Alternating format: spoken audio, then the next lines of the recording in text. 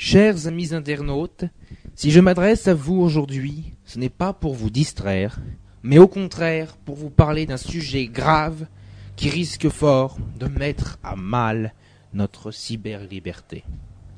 Cette menace qui pèse sur nous tient en 4 lettres seulement. ACTA. Initialement, ce projet de loi, littéralement nommé Accord commercial anti-contrefaçon, a pour but d'empêcher, comme l'indique son nom, toute forme de contrefaçon, mais aussi le piratage, et vise à protéger les droits d'auteur.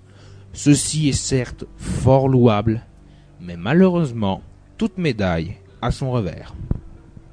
En effet, cette loi contient de trop nombreuses zones d'ombre, pouvant être utilisées à loisir par les entreprises et ou les gouvernements afin de déclencher une véritable liquidation du net. Tout partage sur la toile sera interdit, empêchant ainsi toute diffusion d'informations non contrôlées par les censeurs. De plus, il nous sera désormais impossible de créer. Permettez-moi de vous citer quelques exemples. Comme vous le savez très certainement, nombreux sont les internautes à venir sur le site YouTube afin d'écouter de la musique et de visionner des clips. Tout aussi nombreux sont ceux à enregistrer leurs propres arrangements de musique et ou de chansons connues pour ensuite nous les montrer via ce même site. Avec ACTA, tous ces remixes amateurs seront purement et simplement supprimés et toutes les personnes derrière ces réarrangements seront contraints de payer une amende, voire même de séjourner en prison. De même, toutes les fanfictions issues de quelque univers que ce soit seront elles aussi éradiquées et leurs auteurs se retrouveront également avec un casier judiciaire sur les bras, au même titre que les voleurs, les violeurs, les assassins, et j'en passe, et des meilleurs. Les œuvres parodiques mèneront elles aussi le même combat qu'il s'agisse de textes, d'images ou de vidéos. Lors de la nuit du passage au Nouvel An, filmer une bande de potes en plein délire sur le dernier tube de Madonna et poster la vidéo sur internet. Vous vous ferez méchamment taper sur les doigts. Un petit logo soumis aux droits d'auteur s'insère malencontreusement sur une photo de vacances, même tarif. Filmez vos exploits sur un jeu vidéo, que ce soit pour le commenter, donner des astuces ou encore offrir à d'autres joueurs une solution complète, et vous êtes bon pour prendre un avocat. Créez un blog ou un site dédié à une saga dont vous êtes fan et ce dernier sera fermé.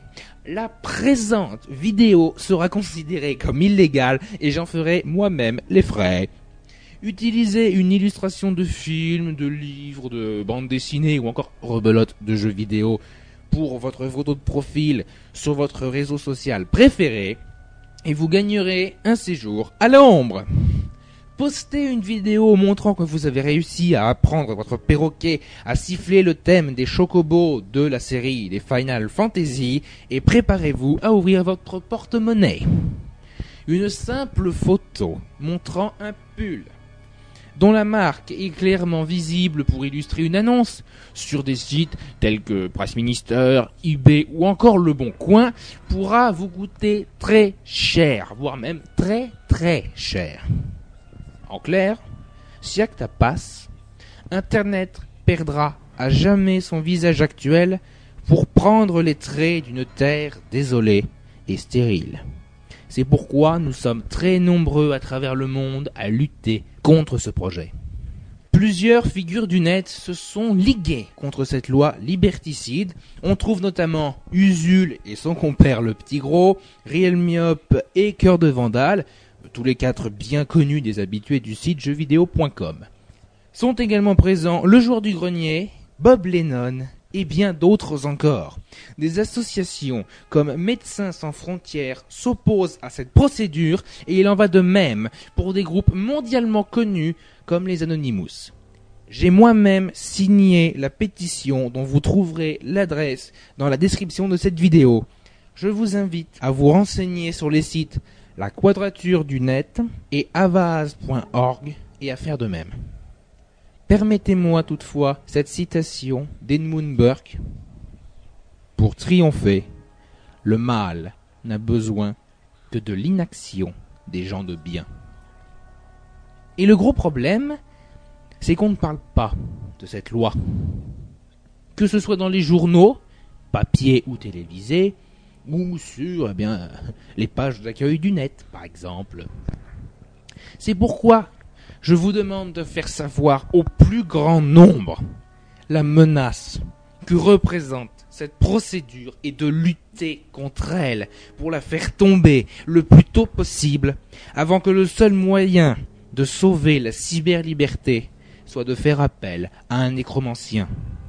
À bon entendeur, salutations.